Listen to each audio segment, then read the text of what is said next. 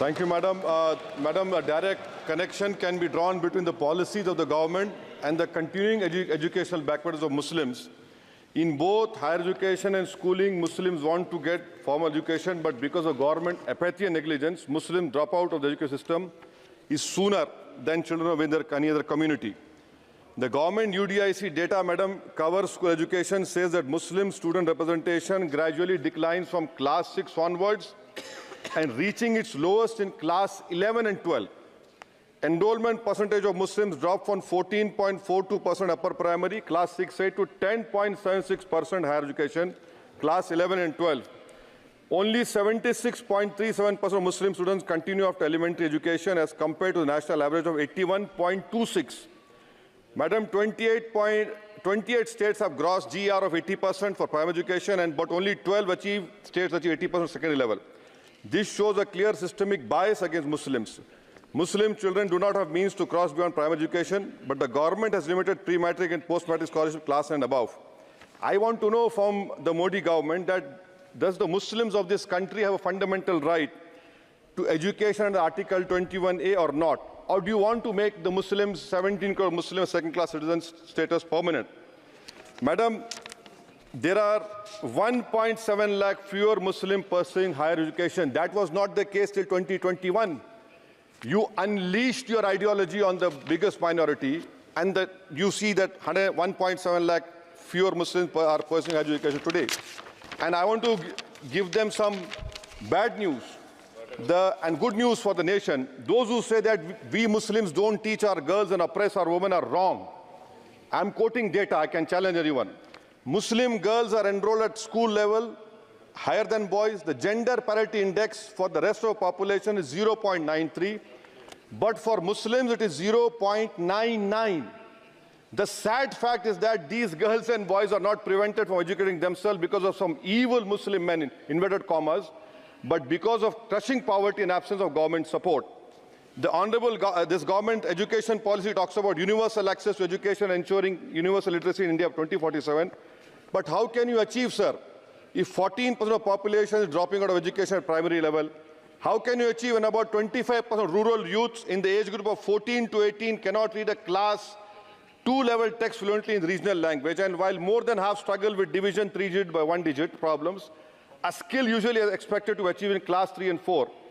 Madam, over the years, there has been a shift in momentum towards private schools. Government data indicates a decrease in the share of government schools in the elementary category of 87% in 2006 to 62% in 2022. Maybe the Mughals are responsible for this.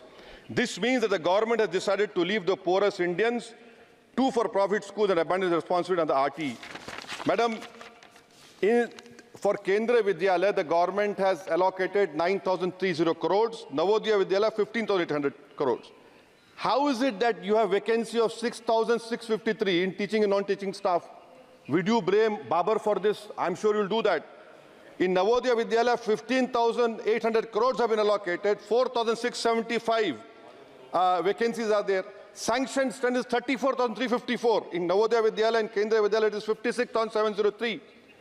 You have passed a law 5 months ago about cheating, malpractices, but you are so great in implementing. It took you 5 months. Maybe you are waiting for the NEET paper to leak. That is what I can say. And I'll show the classic example of favoritism, madam, over here. Jamia Millia Islamia is allocated 3 lakh per student, Aligarh 3.9 lakh per student, and BHU gets 6.15 lakh per student. Why this favoritism? And may I request the Honorable Minister through you, Madam, that PM USP 1558 crores have been allocated. Please have some liberal mindedness, so that more Muslim students can get this. Your HIFA scheme, Madam, HIFA scheme, 39,720 crores have been sanctioned for 103 institutions. 22 are IITs, 12 are AIMs. These people can pay back money. How can Jamia Millia and AMU pay back money? I don't know who has told you this. And more important, madam, 29% of graduates and above in India are unemployed. And half of them do low-skilled jobs. This is for you to understand. And may I come to Jamia Millia, madam? Jamia Millia, you have no permanent vice chancellor. Why? Why is it that a registrar is not even qualified to hold that post? Why is it that a standing council is running the Jamia Millia?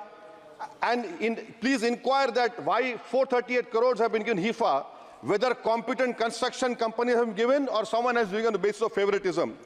How is it, sir, that the present status of 100 years old Jamia Teachers Association, their office has been sealed, their body has been dissolved, there is no funds to run the university, to pay outsourcing staff, to build for building maintenance, no research grant? I demand that registrar and the standing council to be immediately removed.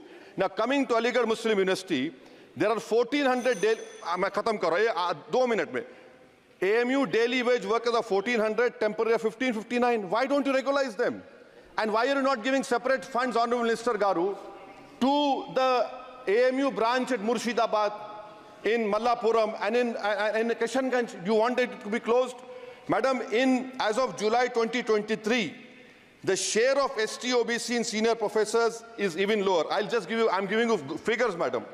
In central universities, there are 66.29 general teaching staff. SC, ST-OBC only 30%. NIT 67%. 33% ST-OBC. In IIT, 84.5 general category. SC, ST-OBC 14%. IIM 86.83%. And in general 11%. Who's responsible, sir? You are running the government 10 years. You are running the 10 years. And lastly, madam, Manani, sir, this complete lastly, NCRT has been given 500 crores. May I dare to say that this government has been distracted with fudging textbooks, teaching propaganda to children. You want me to sit down? You want to sit on record? आप बोलेंगे? जवाब नहीं दे पाओगे, बैठो खामोश तुम. NCRT has removed the reference to Babri Masjid 2002 rights. Why should people not learn from the mistakes of past? Should our children not learn of Gujarat program, massacre of minority Muslims? Those who ignore history mistakes are bound to repeat them. It has made up history argued Indians don't have migrant DNA. Madam, 1 minute, khatam karo. The truth is DNA shows that there are 4 ways of migration in India. Africa, Iran, Southeast Asia, and Astral pasture of the Aryans. There is scientific consensus on this. May I request the Honourable Minister to you, why do you want to hide the killers of Mahatma Gandhi? Do you want to make Godse a freedom fighter? Let the children know who's a Deshbhakt and why are you trying to protect your organization, ideology organization? Madam, in end, I would appeal to the government to fix your priorities. You need to construct more government schools, improve quality of schooling. You need to make active efforts to reduce dropout rate of Muslims. You have a job cut out for you. Do not waste your time. Do not use school textbooks as battleground for petty ideological quarrels. The future of our children depends on quality of education. May I request the Honourable Minister, concentrate on 14% Muslims. You have the highest dropout rate. This nation, we want it to become Viksit Bharat.